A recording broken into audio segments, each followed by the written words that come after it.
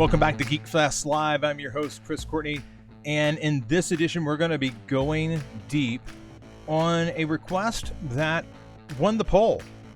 We had 4 groups or individuals that were up on the list. Among them, MC5, The Clash, Iggy Pop, and the Stooges, obviously. But the winner, by a landslide, by the way, was David Bowie. There's no putting David Bowie in a box. Easily one of the most remarkable musicians, icons of all time.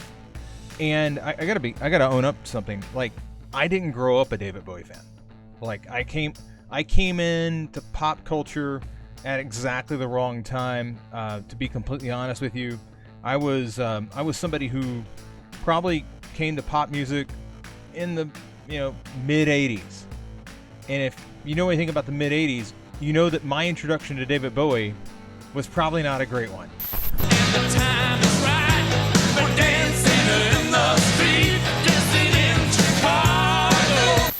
Yeah, Dancing in the Street. Not a great moment in Bowie history, but that doesn't mean that it wasn't important at the time. And I didn't even understand it. It was shot over, like Dancing in the Street. That video was shot overnight, and it was supposed to be played at Live Aid. So it was a video that was debuted in both London and New York, or was it Philadelphia? I can't even remember where the Live Aid concerts were. But it was supposed to be debuted on both locations in the same day. So it had like this big cultural moment. Obviously, it's a cover.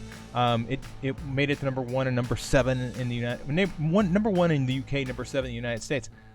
But that's not important because it like washed out David Bowie, let alone the Rolling Stones, which I didn't bother to listen to after that, even though it was just Mick Jagger.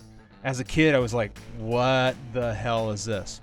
So, that being said, I came back to David Bowie in my college years. And, ever since then, my appreciation for Bowie has only grown and grown and grown. Despite the fact that I never saw him live. Never got to see him live. It was one of those situations where by the time I had decided that David Bowie was cool enough to see live, that was when he was hanging it up because he was having health problems. So, in this edition of Geek Fest Live, we're going to dive into a lot of Bowie. Not just, and actually, in this episode, we're going to look at one live performance of Bowie, but you can bet there's going to be other performances of David Bowie covered, hopefully one from each of the decades that he was active, and that would be 5 of them, folks. 5 friggin' decades of awesomeness. Let's take this back all the way to the era of Ziggy Stardust. This is Moonage, Daydream.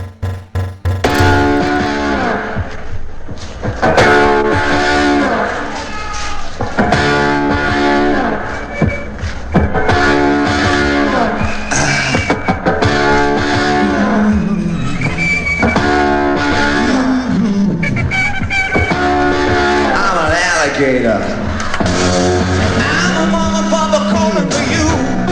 I'm the space invader.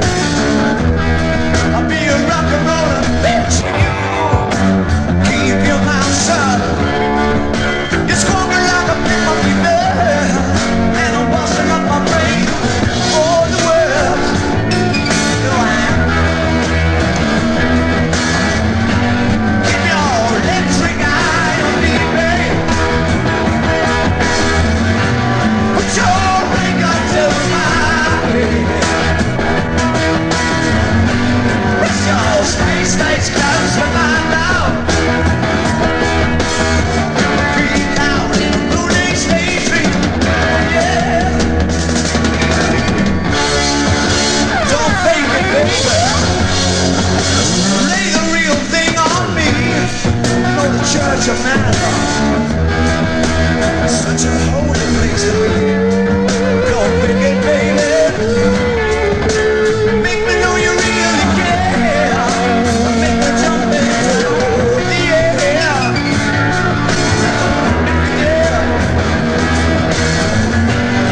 You're electric eye on me, baby. Put your ring unto my head.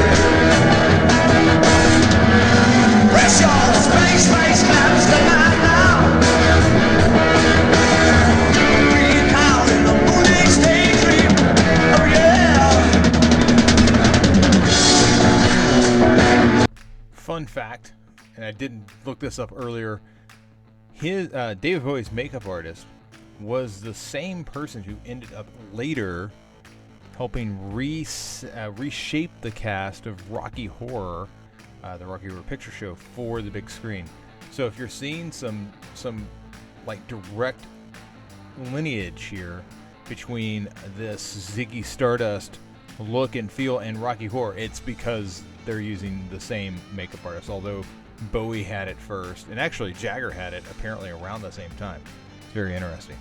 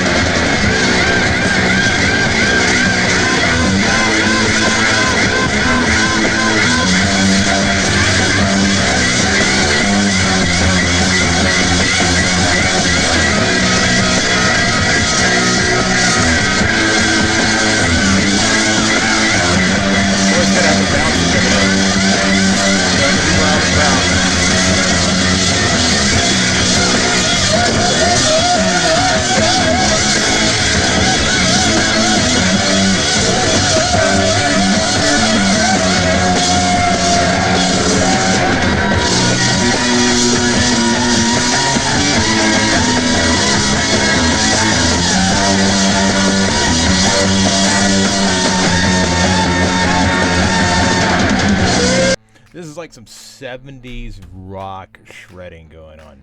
The very funky groove underneath it.